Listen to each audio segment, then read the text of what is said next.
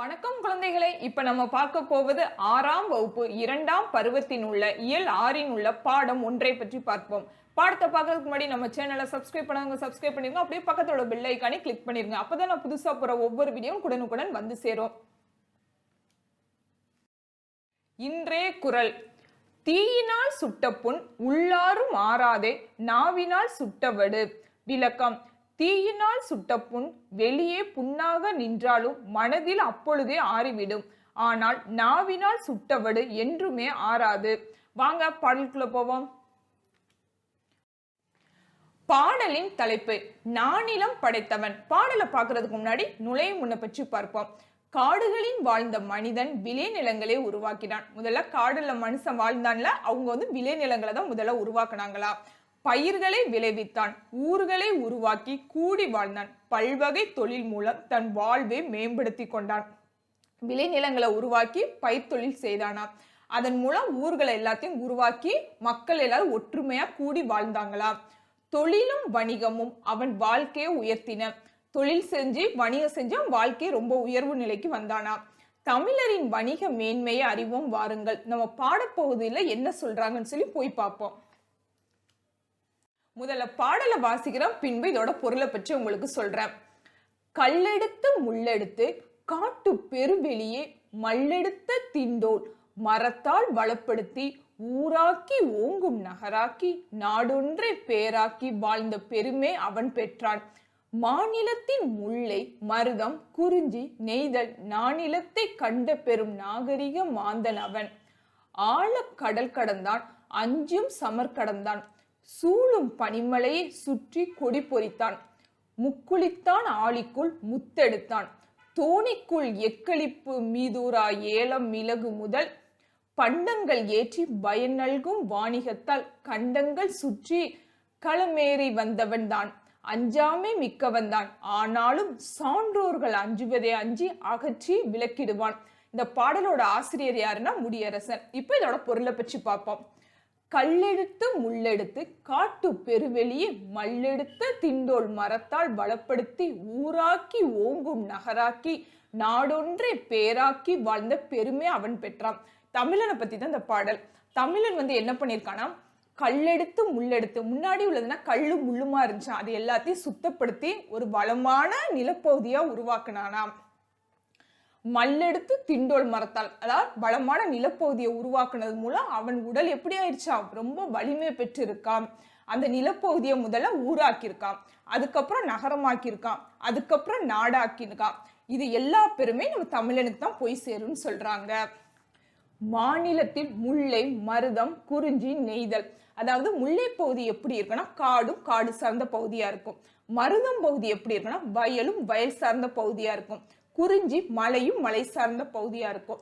நெய்தல்ங்கிறது கடலும் கடல் சார்ந்த பகுதியா இருக்குமா. அவன் என்ன ஆயிடுச்சு, ஊரை உருவாக்கி நகரத்தை உருவாக்கி அதன் மூலம் நாடை உருவாக்கியிருக்கான்ல. அப்படியே இந்த நிலத்தை 4 கேட்டகரியா, 4 பகுதியா பிரிச்சிருக்காங்களாம். முல்லை பகுதியாகவும் மருதம் பகுதியாகவும் குறிஞ்சி பகுதியாகவும் நெய்தல் பகுதியாகவும் பிரிச்சிருக்கானாம். நானிலத்தை கண்ட பெருமை நாகரிக மாந்தன் அவன். அதாவது 4 நிலத்தையே உருவாக்குன பெருமை அந்த தமிழனுக்கு தான் உரியதுன்னு சொல்றாங்க.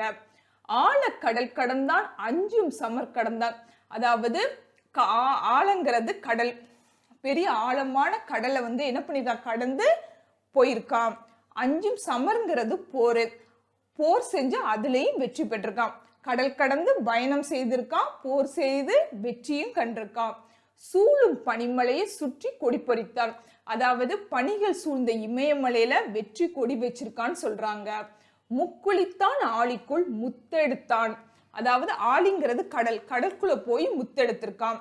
தோணிக்குள் எக்களிப்பு மீதூரா ஏலம் மிளகு முதல் பண்டங்கள் ஏற்றி பயன் நல்கும் வாணிகத்தால் கண்டங்கள் சுற்றி களமேறி வந்தவன் தான்.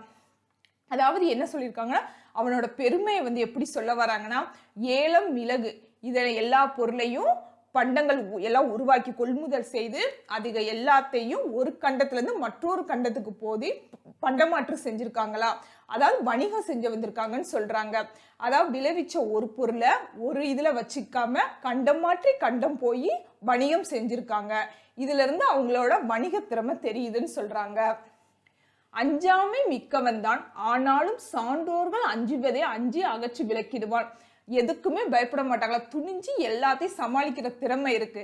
ஆனாலும் சான்றோர்கள் தவறு செய்ய அஞ்சுவாங்க. அது போல இவங்களும் என்ன பண்ணுவாங்க, தவறு செய்யறதுக்கு அஞ்சுவாங்களே தவிர மீதி எதுக்குமே அவங்க அஞ்ச மாட்டாங்கன்னு சொல்றாங்க. எவ்வளவு அருமையா இருக்கு பாத்தீங்களா இதோட பொருள். இன்னொரு தடவை பாடலை வாசிக்கிறேன். கல்லெடுத்து முள்ளெடுத்து காட்டு பெருவெளியே மல்லெடுத்த திண்டோல் மரத்தால் பலப்படுத்தி ஊராக்கி ஓங்கும் நகராக்கி நாடொன்றை பேராக்கி வாழ்ந்த பெருமை அவன் பெற்றான். மாநிலத்தில் முல்லை மருதம் குறிஞ்சி நெய்தல் நானிலத்தை கண்ட பெரும் நாகரிக மாந்தன் அவன். ஆழ கடல் கடந்தான், அஞ்சும் சமர் கடந்தான், சூழும் பனிமலையை சுற்றி கொடி பொறித்தான். முக்குளித்தான், ஆழிக்குள் முத்தெடுத்தான், தோணிக்குள் எக்களிப்பு மீதூரா ஏலம் மிளகு முதல் பண்டங்கள் ஏற்றி பயன் நல்கும் வாணிகத்தால் கண்டங்கள் சுற்றி களமேறி வந்தவன்தான். அஞ்சாமை மிக்கவன்தான், ஆனாலும் சான்றோர்கள் அஞ்சுவதை அஞ்சி அகற்றி விலக்கிடுவான். இப்ப நம்ம பாடப்பகுதியிலோட பொருளை பற்றி பார்ப்போம். தமிழன் கற்களும் முட்களும் நிறைந்த பெரிய நிலப்பரப்பை திருத்தி பண்படுத்தினான். தனது உடல் வலிமையால் வளத்தை பெருக்கினான். ஊர், நகரம், நாடு ஆகியவற்றை உருவாக்கி வாழும் பெருமையை பெற்றான். முல்லை, மருதம், குறிஞ்சி, நெய்தல் என நிலத்தை நால்வகைப்படுத்திய நாகரிக மனிதன் அவன். பழந்தமிழன் ஆழமான கடல் கடந்து பயணம் செய்தான். அச்சம் தரும் போர்களிலும் எளிதாக வெற்றி கண்டான். பனி சூழ்ந்த இமயமலையின் தன் வெற்றி கொடியை நாட்டினான். ஆழ்கடலில் மூழ்கி முத்தெடுத்தான். ஏலம், மிளகு ஆகியவற்றை பெரும் மகிழ்ச்சியோடு கப்பலில் ஏற்றி கண்டந்தோறும் அனுப்பி வணிகம் செய்தான். நல்லா கேளுங்க, கப்பல்ல போய் தான் வணிகம் செஞ்சிருக்காங்க அந்த காலத்துல. கப்பலின் உலகை வளம் வந்தான். அவன் எதற்கும் அஞ்சாதவன், ஆனால் சான்றோர்கள் அஞ்சும் தீமைகளை செய்ய அஞ்சுவான். இப்ப நூல்வெளியை பற்றி பார்ப்போம். முடியரசனின் இயற்பெயர் துரைராசன். பூங்கொடி, வீரகாவியம், காவியப்பாவை முதலிய நூல்களை எழுதியுள்ளார். அவங்க என்னென்ன நூல்கள் எழுதியிருக்காங்கன்னா பூங்கொடி, வீரகாவியம், காவியப்பாவை முதலிய நூல்கள் எல்லாம் எழுதியிருக்காங்க. திராவிட நாட்டின் வானம்பாடி என்னும் பாராட்ட பெற்றவர். இப்பாடல் புதியதோர் விதி செய்வோம் என்னும் நூலில் இடம்பெற்றுள்ளது. இப்பாடல் எங்க இருக்குன்னா புதியதோர் விதி செய்வோங்கிற ஒரு புத்தகத்துல இந்த பாடல்ல இடம்பெற்றிருக்குன்னு சொல்றாங்க. நம்ம இந்த பாடத்துல இருந்து என்ன தெரிஞ்சிருக்கோம்னா, நம்ம தமிழன் முன்னாடி வாழ்ந்த மக்கள் என்ன பண்ணியிருக்காங்க, அதாவது கப்பல்லையே போய் கண்டம் விட்டு கண்டம் வணிகம் செஞ்சிருக்காங்க. அதனால இப்போ உள்ள நாகரிக காலத்துல நம்மளால முடியாதது எதுவுமே இல்லை, நம்ம முயற்சி செய்தா எல்லாத்துலயும் வெற்றி பெறலாம்னு சொல்லி இந்த பாடத்துல இருந்து தெரிஞ்சுக்கிட்டோம்.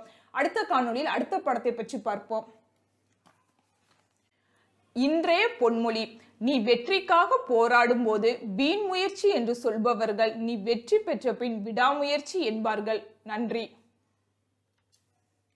காணொளி பிடிச்சிருந்தா எல்லாரும் லைக் பண்ணுங்க, உங்க கருத்துக்களை கமெண்ட் செக்ஷன்ல பதிவு பண்ணுங்க. அப்படியே நம்ம சேனலை சப்ஸ்கிரைப் பண்ணாதவங்க சப்ஸ்கிரைப் பண்ணி பக்கத்துல பெல் ஐக்கானை கிளிக் பண்ணிருங்க.